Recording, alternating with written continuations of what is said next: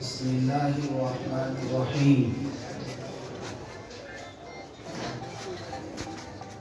الحمد لله نحمده ونستعينه ونستغفره ونؤمن به ونتوكل عليه ونعوذ بالله من شرور أنفسنا ومن سيئات أعمالنا. من يهده الله فلا مضل له ومن يضلله فلا هادي له. ونشهد أن لا إله إلا الله وحده لا شريك له. ونشهد أن سيدنا وسندنا وحبيبنا ومرشدنا وشفيعنا محمدا عبد الله ورسوله. أما بعد فأعوذ بالله من الشيطان الرجيم. بسم الله الرحمن الرحيم. لقد خلقنا الإنسان في أحسن تقويم. صدق الله العظيم. وقال تعالى في مقام آخر: إنا أنزلناه في ليلة مباركة.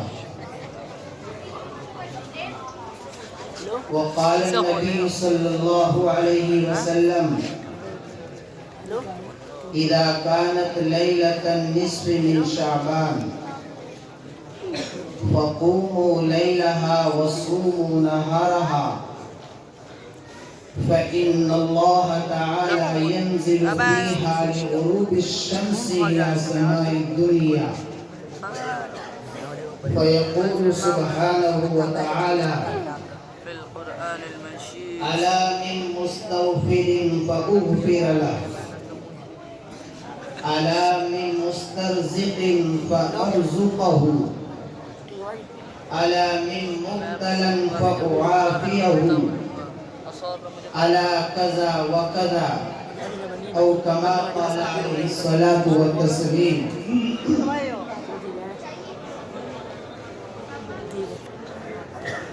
ایک کیا تم سے محبت ہو گئی، ایک کیا تم سے محبت ہو گئی، ساری دنیا سے وحشت ہو گئی. ایک کیا تم سے محبت ہو گئی، ساری دنیا سے وحشت ہو گئی. اب تو آجا، اب تو آجا، اب تو خلوت ہو گئی. تیری خو عطا ہے، میری خو خطا ہے. تیری خو عطا ہے، میری خو خطا ہے. نہ تو اس میں کم ہے، نہ میں اس میں کم ہوں.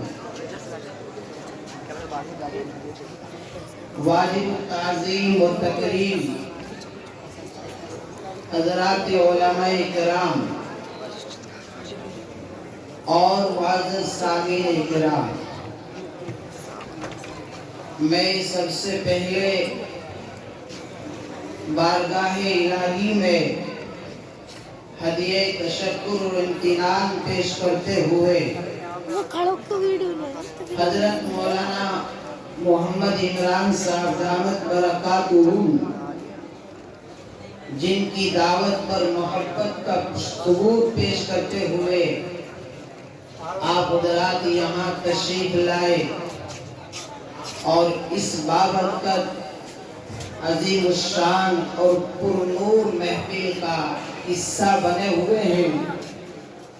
میں حضرت کو مبارکباد پیش کرتا ہوں کہ آپ نے اس شہر کے لوگوں کے لیے یہ خوبصورت محفل سجا کر کے سامان ہدایت جمع فرمایا اور ایک ایسی محفل منعقد کی ہے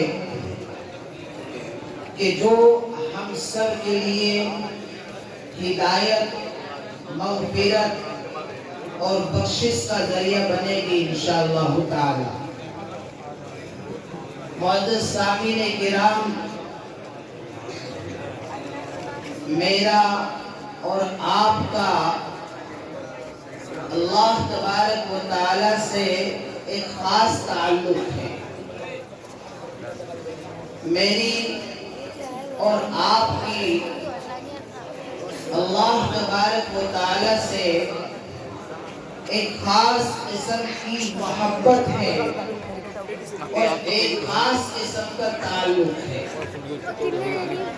میں سب سے پہلے اسی تعلق کو بیان کروں گا اور اس کے بعد پھر شب برات سے متعلق چند باتیں جو اللہ پاک نے ذہن میں ڈالی ہے وہ عرض کر دوں گا. میرے بھائیوں،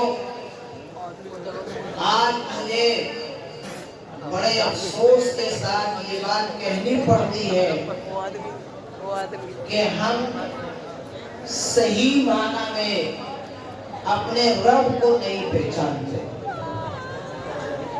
صحیح معنی میں ہم اپنے رب کی ذات اور صفات کو نہیں جانتے ہیں. صحیح معنی میں ہم اللہ کی اس محبت کو نہیں جانتے ہیں جو اللہ نے میرے ساتھ اور آپ کے ساتھ محبت کا معاملہ فرمایا.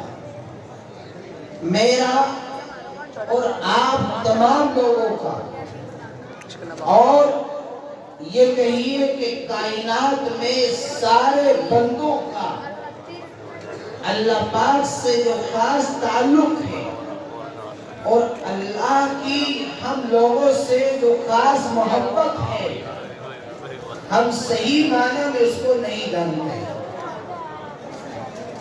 میں یہی بات عرض کر دوں کہ میرے اللہ نے میرے ساتھ، آپ کے ساتھ کتنی محبتوں کا معاملہ فرمایا.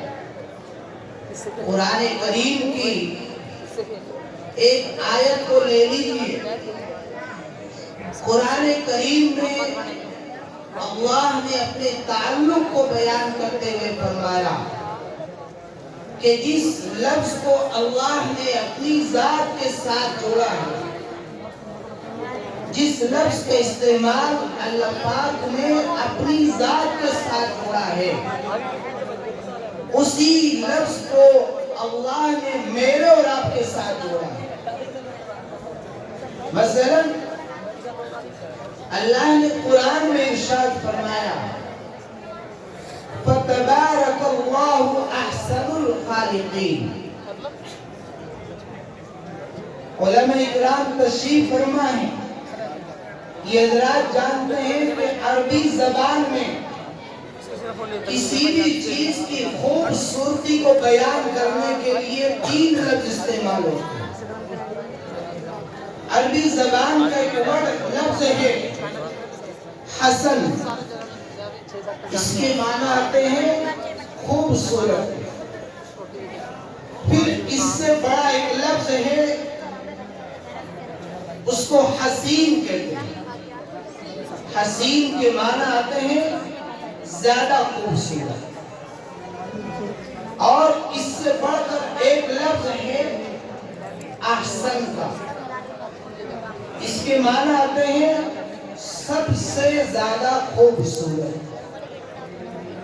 اللہ نے اس لفظ کو اپنی ذات کے ساتھ بیان کیا اور کیا فرمایا؟ ایک کائنات کے سارے لوگوں اور ساری انسانیت، سارے انسان، سارے جنات، اولین و آخرین، سب کے سب اس بات کو دھیان سے سنو، غور سے سنو کہ جس اللہ نے تمہیں پیدا کیا ہے، جس اللہ نے سر کے بالوں سے لے کر پیر کے ناخن تک آپ کو خوبصورت وجود دیا ہے، وہ اللہ فَتَبَارَكَ اللَّهُ أَحْسَنُ الْخَالِقِينَ سب سے زیادہ خوبصورت رب ہے. میرے بھائیوں، میرا رب، آپ کا رب، میرا خالق، آپ کا خالق، میرا مالک، آپ کا مالک وہ سب سے خوبصورت ہے۔ ہم اپنی پیشانی کو جس ذات کے سامنے جھکاتے ہیں، ہم جس ذات کے سامنے جھکتے ہیں اور جس ذات کی ہم عبادت کرتے ہیں، وہ ذات سب سے عظیم بھی ہے اور سب سے زیادہ خوبصورت بھی ہے۔ اللہ کی محبت دیکھیے کہ اللہ نے اس لفظ احسن کو اپنی ذات کے ساتھ ساتھ قرآن کریم کے ساتھ جوڑا۔ قرآن کریم کے بارے میں اللہ نے فرمایا اللہ نزل احسن الحدیث، جس کا مطلب یہ ہے کہ اے لوگوں، تم سب کے پاس جس کتاب کو بھیجا گیا، جس قرآن کو بھیجا گیا، جس اللہ کے کلام کو تمہارے سینوں میں محفوظ کیا گیا، یہ قرآن یاد رکھو سب سے خوبصورت کلام ہے۔ دیکھا تعلق کہ اللہ نے جس لفظ کو اپنی ذات کے ساتھ جوڑ دیا، اسی لفظ کو اللہ پاک نے قرآن کریم کے ساتھ جوڑا ہے اور مجھے اور آپ کو پیغام دیا اللہ نزل احسن الحدیث۔ اے لوگوں، میں نے تورات بھی اتاری ہے، انجیل بھی اتاری ہے، زبور کو بھی اتارا ہے اور صحف ابراہیم بھی اتارے ہیں، مختلف صحیفے اتارے ہیں، لیکن ساری کتابوں میں سب سے عظیم جو کتاب ہے اور ساری کتابوں میں اور سارے کلاموں میں جو سب سے خوبصورت کلام ہے وہ امت محمدیہ صلی اللہ علیہ وسلم کا مقدر بنا اور اللہ نے اعلان کیا اللہ نزل احسن الحدیث۔ اے امت محمدیہ، یاد رکھنا اللہ پاک نے تمہارے پاس جس کلام کو بھیجا، جس قرآن کو بھیجا، جس کتاب کو نازل کیا ہے، وہ کتاب اللہ نزل احسن الحدیث، اس کتاب کے ساتھ اللہ نے اس لفظ کو جوڑ دیا جو اپنی ذات کے ساتھ جوڑا اور مجھے اور آپ کو بتلایا کہ سب سے خوبصورت کلام اور سب سے خوبصورت کتاب تمہیں دی۔ میرے بھائیوں، اور آگے بڑھیے، قرآن کو پڑھیے۔ اللہ نے دوسری جگہ ارشاد فرمایا صبغۃ اللہ ومن احسن من اللہ صبغۃ۔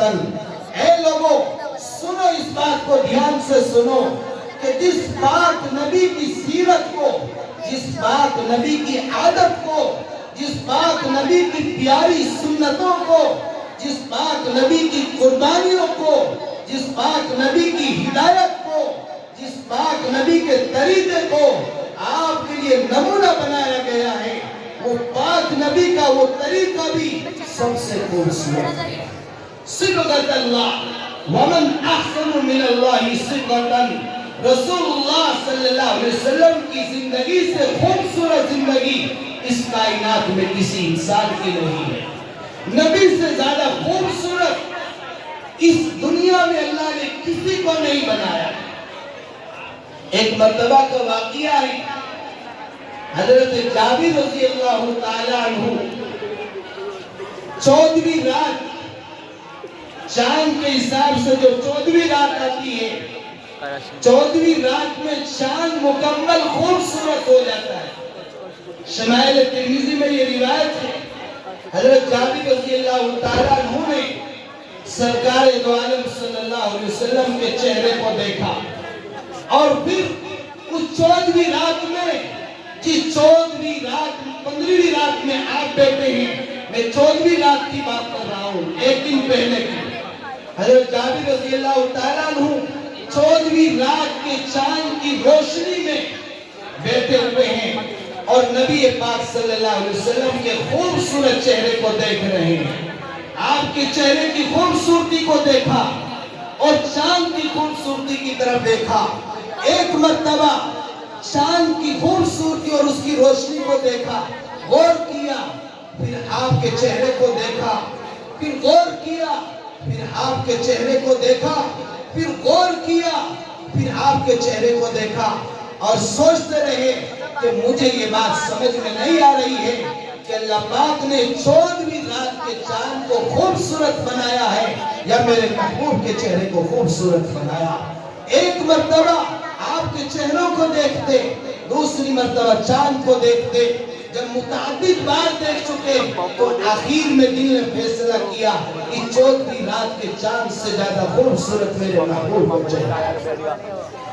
میرے بھائیوں، ایسا پیارا اور خوبصورت نبی اللہ پاک نے مجھے اور آپ کو دیا۔ آپ کی خوبصورت سیرت آپ کو ہمیں دی ہے، آپ کی خوبصورت عادت ہمیں دی ہے، آپ کے خوبصورت اخلاق ہمیں دیے ہیں اور آپ کی خوبصورت سنت ہمیں دی ہے۔ اسی لفظ کو اللہ نے میرے نبی کی سنت کے ساتھ جوڑا اور اللہ نے قرآن میں اعلان کیا، اے لوگوں نبی کی سیرت کو اپنا جاؤ، صبغۃ اللہ ومن احسن من اللہ صبغہ۔ نبی کے رنگ سے زیادہ خوبصورت کوئی رنگ نہیں، نبی کی عادت سے زیادہ خوبصورت کوئی عادت نہیں۔ آپ کے کسی بھی طریقے کو اٹھا کے دیکھیے گا کہ سب سے خوبصورت طریقہ محبوب عالم صلی اللہ علیہ وسلم کا ملے گا۔ اور آگے بڑھیے، اس لفظ اسلم وجہہ للہ، اس آیت میں اللہ نے بتلایا، اے لوگوں تمہارا رب بھی سب سے زیادہ خوبصورت ہے، تمہارے نبی کی سیرت بھی سب سے خوبصورت ہے، اور جو دین اور جو مذہب آپ کو دیا گیا یہ بھی سب سے خوبصورت ہے۔ اسلام کی خوبصورتی دیکھیے، اسلام کی خوبصورتی دیکھیے کہ مجھے اور آپ کو یہ پیغام دیا گیا کہ صرف ایک اللہ کے سامنے سر جھکایا جائے گا، ایک کے علاوہ کسی کے سامنے ہمارا سر نہیں جھکا سکتے۔ سب سے خوبصورت دین اور سب سے خوبصورت مذہب اللہ پاک نے مجھے اور آپ کو عنایت فرمایا۔